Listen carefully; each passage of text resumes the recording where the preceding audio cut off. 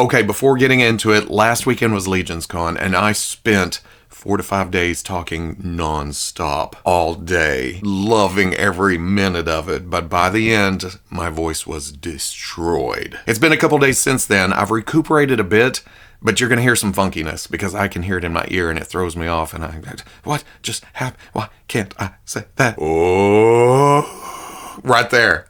There's nothing above that point. So I'm gonna do my best here, look at some toys. We're gonna have some fun. I just wanted to throw it out there before somebody went, man, Robo sounds like shit. More than usual. Ooh.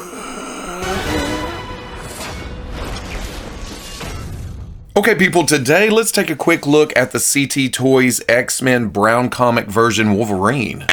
Not Medicom, not MAFEX, not Marvel. The official Medicom MAFEX Marvel Brown costume Wolverine is probably my favorite version of the character that I have in my collection. They absolutely nailed it. So I buy what seems to be essentially the same thing as what I already have, just slightly shrunk down. It was $20 shipped. For that price, I do not mind giving it a test drive. Maybe he'll fit into the collection better. And if it doesn't take its place, then that's some cheap fodder. That is a lot of parts and pieces that I can use to upgrade other Wolverine figures. Looking at the package, it is super familiar because it's using the MAFEX box. Same graphics, same logos, hell, even the same number that Medicom used for their brown Wolverine. But you will notice the lack of a Marvel logo, and that's for the whole box. That's going a little too far. You can have the official Wolverine logo, X-Men logo, but ooh, you get into Marvel territory, that's a lot more lawyers. Although the Wolverine and X-Men logos are under the Marvel banner, so it would be the same. On the side, they use the same graphics, but a different promotional image. And $20 ship doesn't get you a packing box. It was in a bag, so it got smashed in places, but $20. On the back, it's exactly what we saw with the first go-around. Again, they took out the Marvel logos and the Medicom logos. There's no bear or any of that. We still get the stick, though. On the other side, that's pretty much what we saw. Same thing on top, just jumbled around a little bit. On bottom, warning, choking hazard, small parts. Just slightly smaller parts, so don't put them in your slightly smaller orifice. I'm guessing that's the same warnings too because it feels like it's been shrunk down. Anyway, let's get this open and see what's going on here. Oh, well, look at that. It even has a stand. It kind of looks like a MAFEX stand. It has the screws like a MAFEX, but then that's not familiar. This one needs to be assembled, and maybe it's been a while since I've gotten a MAFEX figure. But it's not this one. Different shape to the bottom. More hole options. But, Okay, out of the package, there's a few things I don't like as much as the original. But there's also a few things that I like more.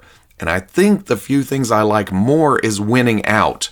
But first off, there is a size difference, and this is going to be hard to show off until I get them standing side by side. As far as I can tell, everything is shrunk down about 50 thousandths of an inch. 480, 430, 700, 650, 620, 570, 040, 990. 50 thousandths of an inch doesn't seem significant, but it's visibly noticeable when you put them side by side. The head may be sitting higher, or maybe that's the difference in size. May also be how I have these positioned. Maybe I don't have this one up enough or this one down, something.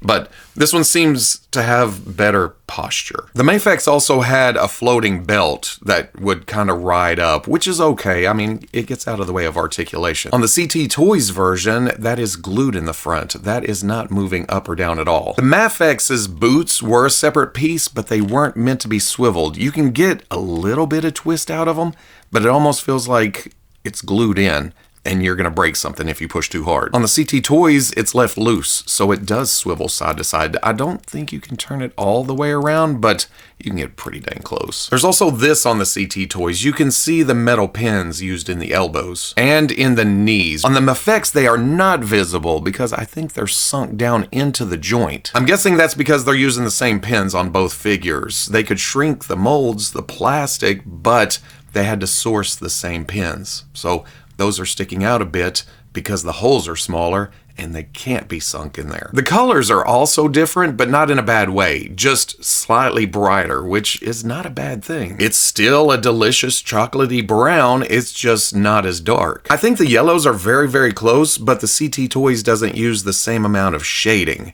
You can see the brown down in the musculature.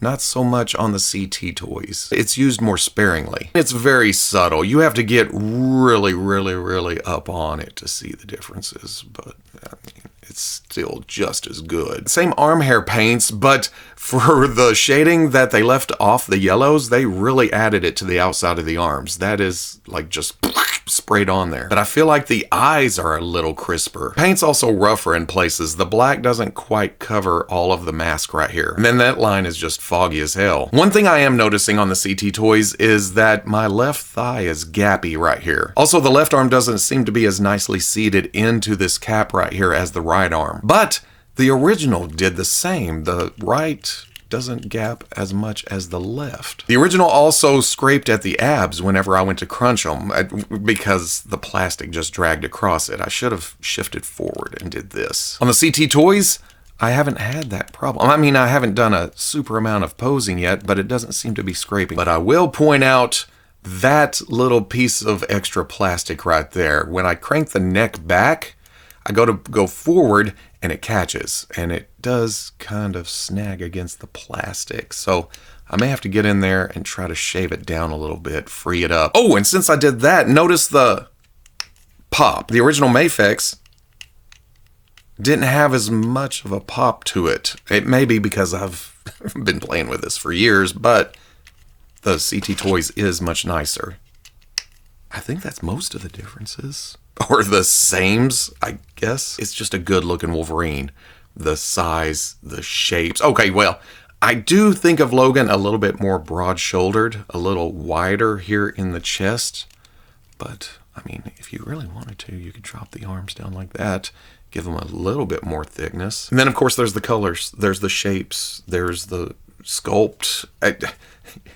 It's just good. Articulation-wise, there is a dumbbell joint with a slight kick in it at the top of the neck, and then there's a ball joint at the bottom. Can bury the chin, look way up, tilt, beautiful. Left and right, of course. There's a rod coming up to a cup where the ball for the shoulder plugs in, and then this floating cap that allows forward and back and up and down and diagonal and around. Then it rotates all the way around and hinges up to there. Well, okay, the hinge itself goes to there, but then with the shoulder, swivel at the bicep. Oh, doing that, I noticed that, yes, there is a pin that goes up to there that I did pull out, but it's not just gonna fall out like we saw with Tiger Stripe.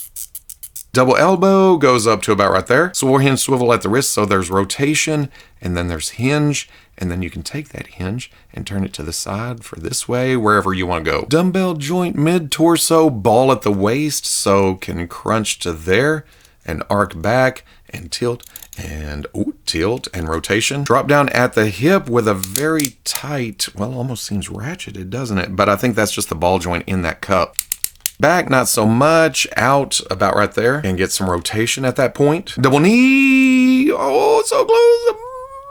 Bing. Boot swivel. Pin at the ankle allows for movement side to side. Hinge goes back to there, forward to there. Front facing pin for rocker. And then a toe hinge goes up to there. For accessories, there is everything that came with the MAFEX Wolverine. 2 fists, 2 splayed out hands, and 2 excellent clawed hands. And these will stay on here because I love the shape of them. They've got that curl to them, that curve. They're a little tight because they don't come on the sprues like official MAFEX. And again, just ever so slightly smaller, or shorter, I guess, in this case. There's an alternate masked head with some teeth showing, kind of a smile, but that's how it was on the first one. Skin tones are slightly brighter too, barely smaller. That's the biggest difference. Same goes for the unmasked head. You put the original beside it, It's the same process, the same colors, just a little lighter. It even has the same cap inside the socket and then the separate piece for the inside of the mouth. I never cared for this head, so here's another one for the bin. But if you are going to use that, there's a downed mask. Well, there's one negative gone. I went to stand it straight up and down for size comparisons and realized that it was tilting to the right. That's because the left leg's drop down wasn't pushed all the way up. And now that I did that, it stands straight up and down, and it removes that gap that I was griping about earlier. So it's better than I thought it was. Size-wise, this Wolverine stands at about 5 3/4 to the top of the head, and then 6 1/8 to the top of the mask horns, which is actually slightly taller than comic book Wolverine. But that's shorter than the 2 classic MAFEX Wolverines. See what I said about the belt? It kind of takes away from the torso when that rides up. You can push it down. Well, I thought you could push it down. Get it down like that. There you go. But still taller than Hasbro's Marvel Legends Wolverines. This is the X-Men 97 version, and this is the, well, Marvel Legends Brown Wolverine that I customized into a Brood version before they announced the Brood version, but I still kind of like my custom better. This is the biggie, though, putting it beside the official MAFEX, Cyclops, and Storm, and I think this works even better. And the same goes for Marvel Legends that are rocking casting cave heads. Oh, and the proper costume colors on Storm. Don't forget about that. So at the end of the day, for $20, I can't complain too much. This is just as good, if not better, than the Medicom MAFEX version. Okay, there is some paint slop, and the metal pins at the double joints do show through a bit, but other than that, I like the size better. I like the brighter paints a little better. The claws are just as good. The posing, nothing falls apart. Yeah, I pulled the arm off, but $20! That's really all it comes down to. If you missed out on the original version of the MAFEX, you missed out on the reissue of the MAFEX, this is the way to go. I don't even know if this is a knockoff. I mean, they are using all the same tooling, all the same assets on the packaging, except for the Marvel logo. It's just slightly smaller. It's crazy. And from what I've seen, what I've heard, previous versions or previous releases are just as good. So, I mean, $20. Hell, that's cheaper than a Marvel Legends figure.